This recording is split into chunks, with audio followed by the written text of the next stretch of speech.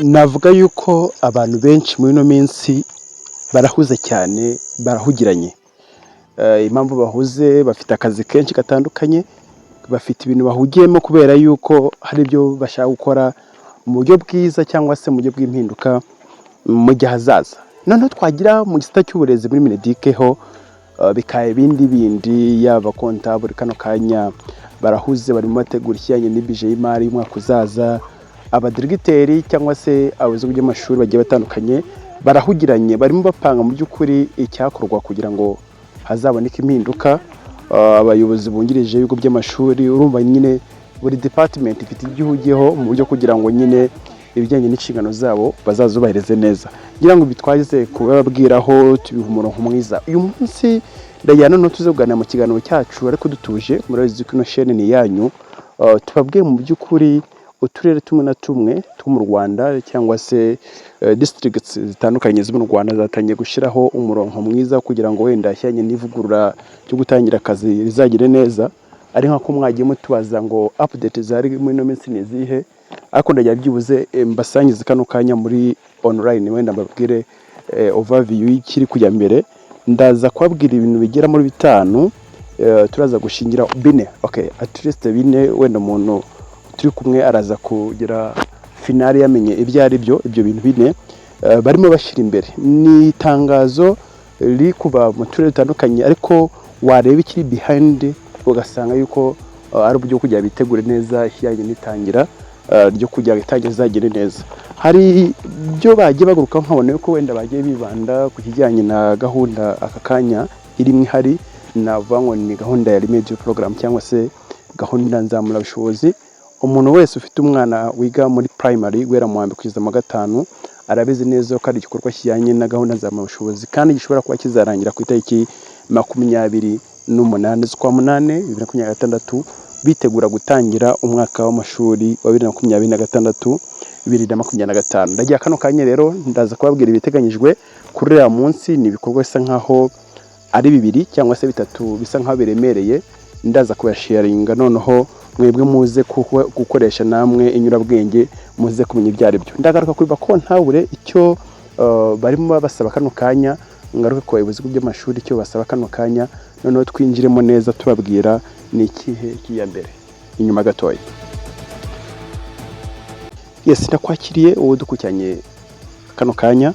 Reka munyemere nshimwe umuntu wese wakansubscribe kuri na chaîne kubera yuko nko mwayibonye dukunda kuganira tungana ibitekerezo mu buryo bwagutse. Aho uri hose rero nyemera nkubwe ngo uragaciro nimbura kanze subscribe, kandi utari wayikanda ahanga niho hantu heza ushobora kuba waba ukavutizaho ngo ikintu byinshi cyane. Tubona tubaha ibintu, ariko natwe tuba dushaka yuko muda feedback yindi niye dushaka kujya kuri muri commentaire cyangwa se ngo batangira igitekerezo ukatubwira wowe igitekerezo cyawe bitewe n'ikiganiro twakoze, ugakandira like ku kiganiro cyacu. Byana byiza ukayisangiza n'abantu hirya no hino kugira nyine tugira abantu benshi cyangwa se tugira abantu benshi badukurikirana ariko mu buryo dufashijwe namwe.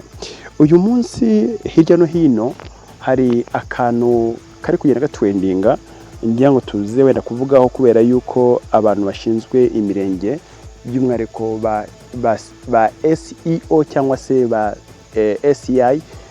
SEO bisanzwe tuzi yuko ari ba Sector Education Officer cyangwa se SEI Sector Inspector Officer, hamwe n'aba Head Teachers cyangwa se abayobozi by'amashuri bari kugenda bahabwa ubutumwa busa nkaho batunguye, ariko hakibazwaho ibintu byinshi cyane kuko urebye ingengabihe Mineduc yatanze harimo akantu kasa nka ari challenge. Ngira ngo umunsi rero tuza kuganiraho mu butumwa dufite ari ibintu bine uturere tumwe na tumwe wenda tugushingiraho, n'ubwo wenda turere twose two mu Rwanda, ariko buno butumwa nabonye bugenewe abayobozi by'amashuri nabo bashinzwe uburezi mu mirenge, ariko wa reflectinga ugasanga biri kureba ababyeyi, bikureba NGOs, biri kureba abana muri rusange biga cyangwa se n'abandi bafite abana bafasha mu bigo by'amashuri.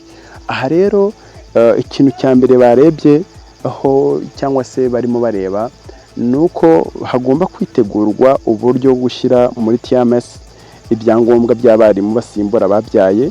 Aba bazatangirana n'ukwezi kwa munane kandi bagomba kuba barize uburezi. Bivuze neza yuko noneho ka kantu kajya gatinda cyangwa ugasanga abantu bibaza bati ibigo by'amashuri iyo ababyeyi babyaye either ba primaire cyangwa se ba secondaire usanga babura uburyo ki abana basigaye ku ishuri bafashwa. Ngira ngo izi nkuru tugenda tuzibabwira cyangwa se tuzibaha aho hari hamwe namwe tugera ugasanga at least wahajya ugasanga so irumu cyangwa se icyumba kirimo abanyeshuri ko batagira mwarimu. Wababaza akubwira yuko abarozi, abateacher, abansinyate bagiye mu ruko byo kubyara kandi babyemerewe ibyo twita maternity leave. Ugasanga ariko ikigo ntago cyashatse uburyo ki wenda bazabona umuntu uzasimbura wa muntu igihe azaba yagiye mu gihe cy'ikiruko cy'ububyeyi. So aka kanya rero barimo barasabwa gutangira gushyira muri systeme bano bakozi bashobora kuzasimbura bano barimo zabagiye mu biruhuko mu buryo bwa system bita TMS, Teacher Management Information System. Ngira ngo na hahandi habamo nyine management y'abakozi bose ba muri Mineduc. At least iyo wabaye chosen cyangwa se baguhisemo nk'umuntu uzajya gutsimbura, birumvikana yuko nyine ubugomba gusabwa ibyangombwa bikwemera nyine kuzajya gufitinga wa mwanya. Aha rero niho bano badigiteri barimo basabwa gutangira gushyira muri system ibyangombwa by'abantu bakozi bashaka kuzatsimbura bano babyeyi bafite bashobora kuzajya muri maternity leave cyangwa se mu kiruko cy'umubyeyi. Byumvikane yuko abangaba ni babandi cyane baba mama, kuko ntekereza umupapa afite nk'iminsi 3-2 yakonje, ariko mama agira ikiruko hafi amezi 3. Byumvikane ko bakeneye umuntu uzaza noneho akamusimbura kugira akazi ke kaze gukomeza. Hari ikindi cya kabiri twabonye ko ntabwo ndabwira ibintu bine, harimo akantu kasa nk'akareba ababasazi cyangwa se aba secretary accountant. Bivuze ngo bano bakozi bashinzwe imari mu bigo by'amashuri barasabwa byibuze kuba bategura inkwi n'ibindi bikenerwa muri school feeding bidatangwa n'akarere, kuko muzi ko akarere musanzwe dusanga tuzi yuko ari bo bategura budget, bagategura finance, so and then bakazabyohereza aho wenda ukora. Ariko ntago haba harimo bino bintu bijyanye wenda fairs, ntago haba harimo bijyanye wenda vegetables, ntago haba harimo mbese tuntu ikigo kiba cyemera kugura. Bivuze rero barasabwa gutegura bino bizakenerwa abyenava hakiri kare kugira abanyeshuri bazajya ku ishuri, ababasazi, aba secretary accountant bazabiteguye guhita batekera abana mu buryo bwiza hakiri kare. Aha niho handi haza no gushaka wenda batunda inkwi, batundira ikigo cyangwa se n'ibikigo kizagura inkwi bakazigura hakiri kare. Muzi yuko nyine bakoresha amasteri menshi cyane mu gihe cy'igihembwe. So aka kanya rero barimo bibiswa yuko bagomba gutegura inkwi n'ibindi bikenerwa muri school feeding bidatangwa n'akarere. Ubwo ibyo tangwa n'akarere murabizi n'ibya byo kurya, amavuta n'ibindi bitandukanye. Ibyo byo ntago bireba ikigo muri rusange. Ku itariki 28 z'ukwa munani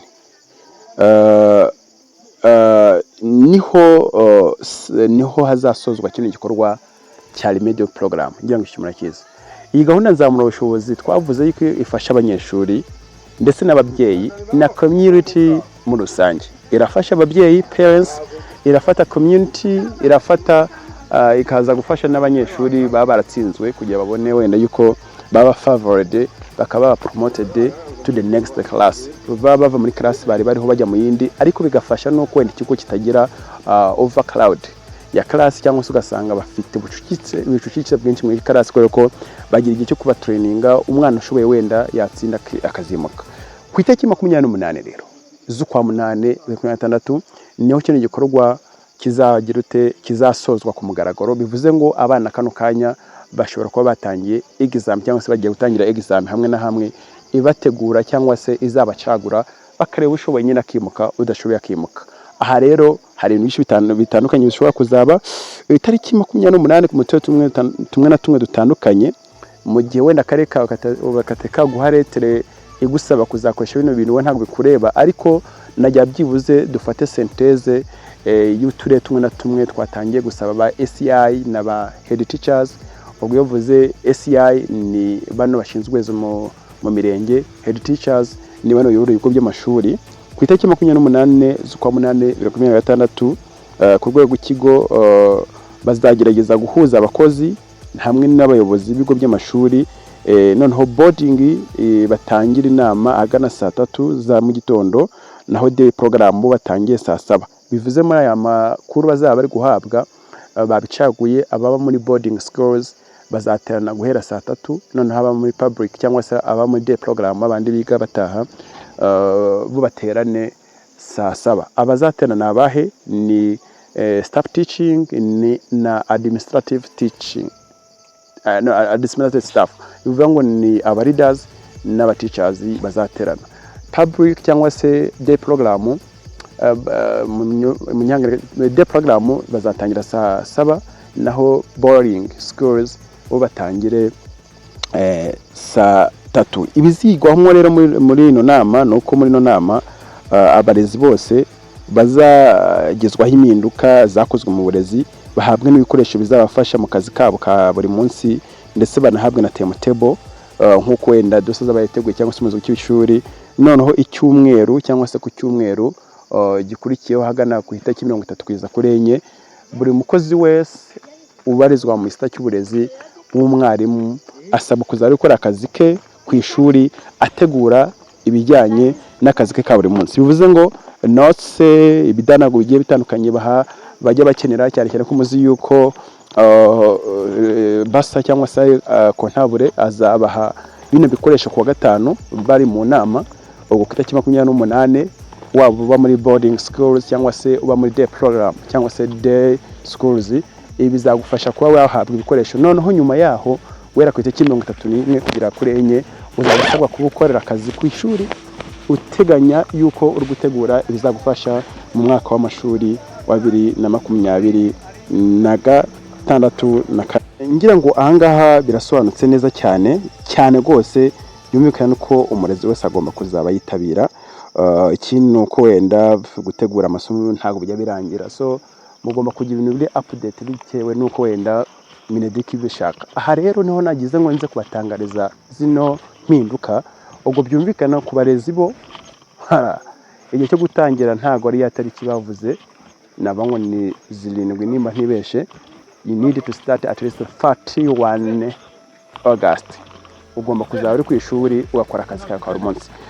Munyemerero nsoreza ahangaha mabwire muri agaciro cyane cy'umuntu wese wabanyatwe kugira kino kiganiro kigeze ahangaha, ubona ikihe kintu wumva kindi gishobora guhinduka ariko mu buryo bwiza kitabangamye cyangwa se kinakubangamiye ko wumva twazakemura, uraza kunyandikira kugira byibuze utanzabikoreho kandi bakora n'ubugize aho biri ngombwa. Bye bye, ndakunda cyane.